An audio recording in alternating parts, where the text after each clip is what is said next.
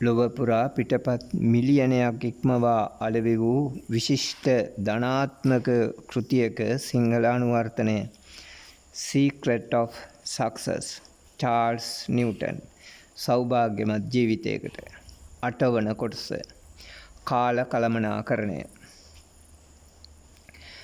කාලය අපේ වටිනාම සම්පත බව මින් ඉහත සඳහන් කළෙමි. කාලය උදාවන්නේ එක්වරකි. එය සැනින් නැති වී යයි.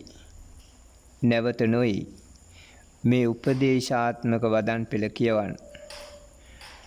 නොබලන්න දුක් නොවන්න අතීතය ගැන. එය කිසිදා ඔබ සොයා නොයනු ඇත. ඥානවන්ත වන්න වර්තමානය ගැන. එය අනාගතයේ සෙවණැල්ලයි. සැක නොසිතන්න හදවතින් සූරවීර වන්න. කාලය සැබවින්ම පසුතැවිල්ලකි. එය පසුතැවිල්ලක් නොවන්නට නම් අප ඥානවන්ත විය යුතුය. නොයසේ නම් වටිනාම සම්පත අපට ඔච්චම් කර පලා යනු ඇත. දල වශයෙන් අප ජීවිත කාලයෙන් 3න් එකක් නින්දට වැය කරමු. 10න් එකක් කෑමට බීමට වැය කරති. තවත් 10න් එකක් නෑමට, පිරිසිදු වීමට, ඇඳුම් පැළඳුම් වලින් සැරසීමට, වෙනත් ශාරීරික අවශ්‍යතා සඳහා වැය කරති. මේ ආදී බොහෝ කරුණු සලකා බැලුව විට අපට වැඩ කිරීමට ඉතිරි වන්නේ ජීවිත කාලයෙන් 30% පමණි. ඉතින් එම 30% උපරිම ඵල නෙලා ගන්නට වැය නොකරයි නම් පසුතැවීම අප සතු වෙයි. ඉතින් අප එම 30% මැනවින් කළමනාකරණය කරගත යුතු වන්නෙමු.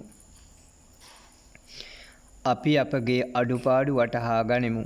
බොහෝ දෙනෙකු සීමාව ඉක්මවා කතා කරන්නන්ය. මේ බොහෝ කතා වැඩි හරියක් ඕපාදූපයන්ය. අනුන්ගේ අඩුපාඩු දකින්නට, කිල්ලෝටවල ඇති හුණු පොඩි පරීක්ෂා කරන්නට අප වැය කරන කාලය කොතෙක්ද? මදක් ඔබගේ ජීවන චර්යාව ගැන සිතා බලන්න. ඔබ ඔබගේ ජීවිතය තුළ විනයක්, හික්මීමක් ගොඩනංවා ගත යුතුය. අවංකව වැඩ කිරීමට අප සියලු දෙනා හදවතින්ම එකඟ විය යුතුය. නින්ද යනු මිනිසෙකුගේ මූලික අවශ්‍යතාවයකි. මහන්සි වී වැඩ කිරීමෙන් පසු ප්‍රමාණවත් නින්දක් ලැබීම කායික මානසික සෞඛ්‍යයේ යහපැවැත්ම උදෙසා අතිශය වැදගත්ය.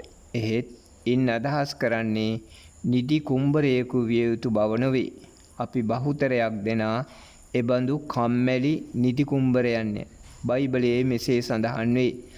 නින්දට ගිජු නොවන්න. ඔබ නිදි කුඹරයෙකු වන තරමට ඔබ දුප්පතෙකු වනු ඇත.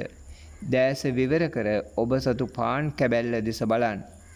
බයිබලයේ තවදුරටත් මෙසේ කියයි. ඔබ කුහුඹුවෙකුසේ යහුසුළු වන්න. උගේ ගමන වඩා ඥානාන්විතය. කුහුඹුවාට ප්‍රධානියෙකු නැත. අණ දෙන්නෙකු නැත. නීති රීති නැත. කුහුඹුවා යහුසුළු වී සීත කාලය සඳහා ආහාර රැස් කරයි. පොඩි නින්දක් ලබයි. නමුත් අපි බොහෝ දෙනෙකු සයනයට වී විවේක ගන්නෙමු. නාන කාමරයට වැදී සීමාව ඉක්මවා කාලය කන්නෙමු. උදේ ආහාරය විනාඩි 15-20කට සීමා කිරීමට අපිට බැරි යයි. අලස ලෙස පුවත්පත් කියවනවා වෙනුවට වේගයෙන් අපට අවශ්‍ය දේ කියවීමට බැරි යයි. අපි අවම වශයෙන් උදේ 9ටවත් දවසේ වැඩ ආරම්භ කළ යුතුය.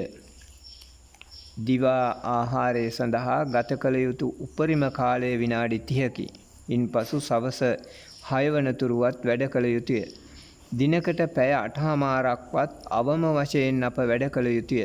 එවිට අපි ජීවිත කාලයෙන් 35% ප්‍රතිශතයක් ප්‍රයෝජනයට ගත් අය වන්නෙමු. හැකිනම් දිනකට පැය 10ක් 11ක් වැඩ කරන්න.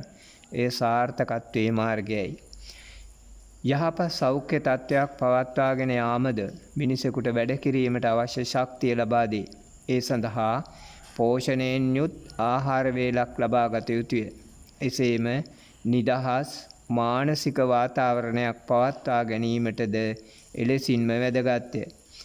බෙන්ජමින් ඩිස්රාලියලි මෙසේ කියයි. කවුරුන් හෝ කාලයෙන් නිසි ප්‍රයෝජන ගනීද ඔහු සියල්ල ළඟා කර ගනී. බෙන්ජමින් ෆ්‍රෑන්ක්ලින් මෙසේ කියයි. ඔබ ජීවිතයට ආදරය කරයිද? එහෙමනම් ඔබ කාලයෙන් ප්‍රයෝජන ගත් අයෙකි.